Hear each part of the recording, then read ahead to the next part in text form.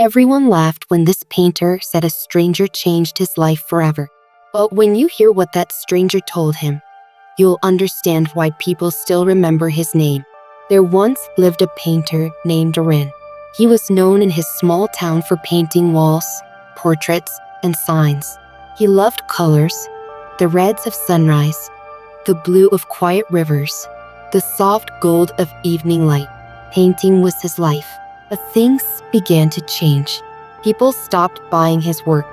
They said they didn't need paintings anymore. They needed money, food, and other things to survive. Slowly, Aaron's art stopped mattering to anyone, and soon, even to himself. He sold his brushes, one by one, to pay rent. His studio became quiet and cold. Days turned into weeks, and weeks into months. He would sit in front of a blank canvas and think, maybe I've lost my gift. One afternoon, unable to bear the silence, he went for a walk through the market. Vendors shouted, people bargained, and children laughed. But Aaron felt invisible, like he didn't belong there. As he walked, his eyes caught something unusual. An old man sitting beside a table full of small, cracked mirrors. The man looked up and said, "You look like a man who's lost his way." Rin forced a small smile. "I'm just tired." The man chuckled. "Tired of what?" Rin sighed. "I used to paint, but no one wants my art anymore. I have nothing left to give." The old man raised an eyebrow. "Nothing left?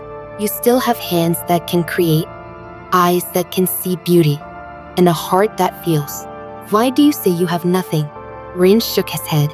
"Because it doesn't matter. No one cares." The old man picked up a broken mirror, held it toward him, and said, "Maybe the problem isn't the world. Maybe you just stopped reflecting your light." Rin frowned. "What do you mean?" The man smiled gently. "You're waiting for life to give you something, money, fame, happiness. But tell me, what have you given to life lately?" Rin had no answer. The words hit him deep, like a quiet echo that refused to fade.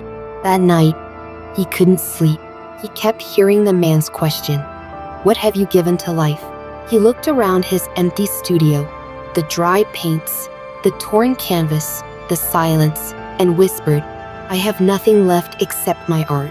The next morning, while walking home, Aaron saw a little boy sitting by the roadside crying.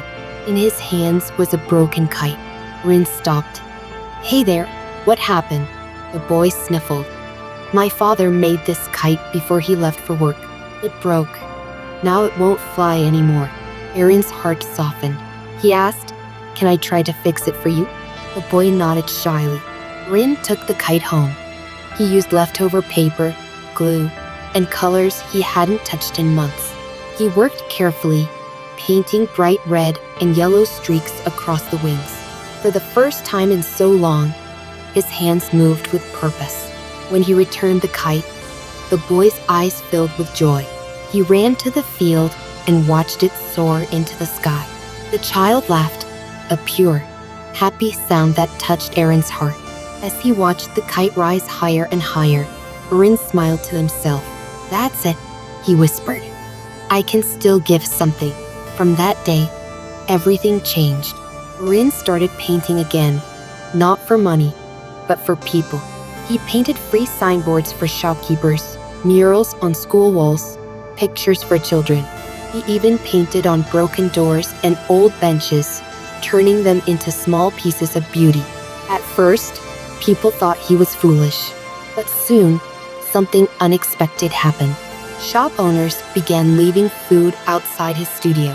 Children brought him flowers. Travelers left small coins after watching him paint. His studio, once silent, became full of laughter and color again. One evening, as he cleaned his brushes, he saw a familiar figure walking toward him. The same old man from the market. The man smiled. "You've been busy, I see." Rin smiled back. "Yes, I started giving again. And somehow, life started giving back." The man nodded.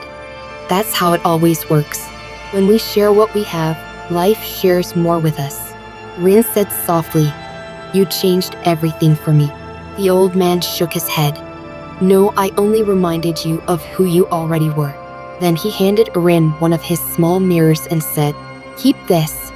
Each time you look at it, remember that giving brings your colors back."